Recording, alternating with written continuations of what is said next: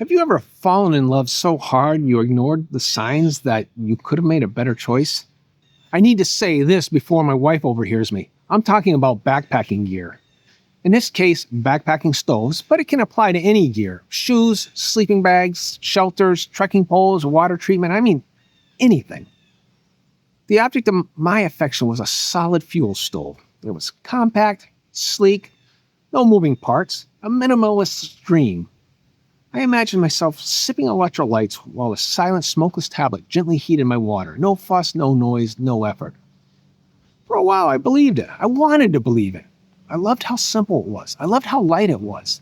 No extra weight for a canister like with a lot of other stoves. That love was blinding, but like any complicated relationship, cracks appeared.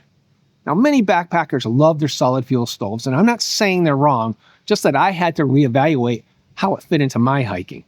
I used an Esbit solid fuel cook kit because of the simplicity, compact design, the cost, and the weight.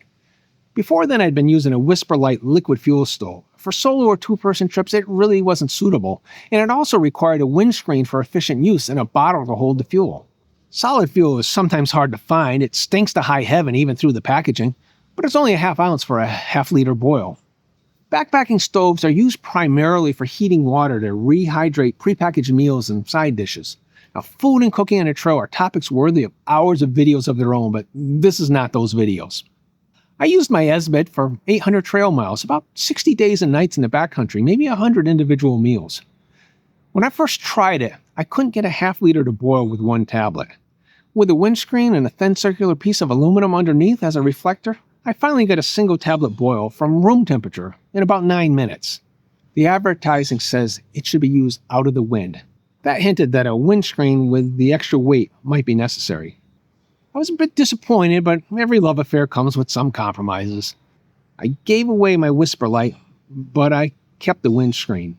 The fuel tabs lasted about 3 more minutes, convenient for heating more water for cleaning. Tablet is tough to light, takes 5 or 10 seconds with a long stem lighter. Then it has to be placed into the stove without me burning my fingers. Lighting the tablet in place was nearly impossible. But it worked well. I boiled water while I set up camp. One manufacturer claims the tablets provide almost residue-free combustion.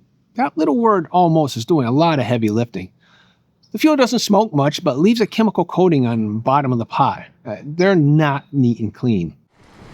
On one hike, a group of us were holed up in a shelter during a horrendous thunderstorm in Pennsylvania, when one hiker decided to heat water with her canister stove. Within 2 minutes, she had boiling water.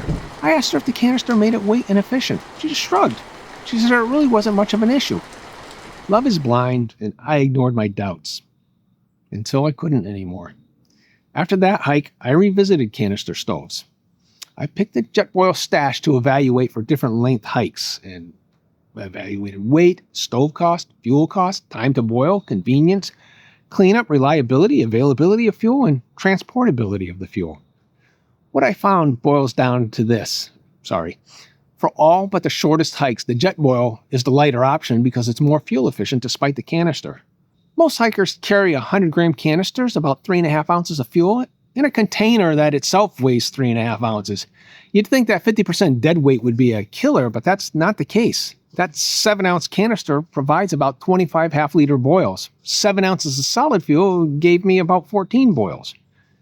I could blow out the tablet when the water boiled and reuse the leftover fuel, but it wasn't worth the effort or the mess. I typically carry a 230-gram, 8-ounce canister. It gets 55 boils or more. I've used my Jetboil for about 1,300 miles, maybe 90 days and nights on the trail. I haven't regretted it for a moment.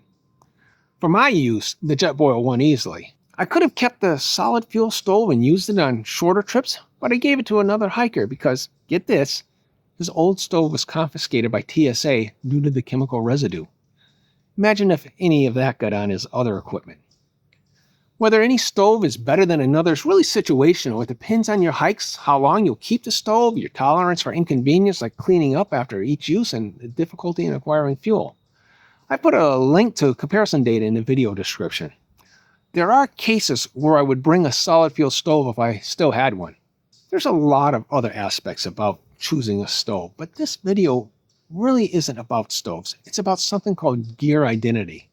That's when your gear becomes part of who you are. but you're not your gear. Don't fall in love so much that you can't part with it when the time comes. Your gear's not part of you. Your gear is just a set of tools to help you hike. I'm always reevaluating mine, not to be a gearhead, not to waste money on the latest and greatest, to give myself the best hiking experience I can. And sometimes that means breaking off a relationship that just isn't working anymore. If you found this information useful, please like, share, subscribe, and comment on this or other topics you'd like me to cover. And if you haven't seen this video, I recommend you take a look at it now.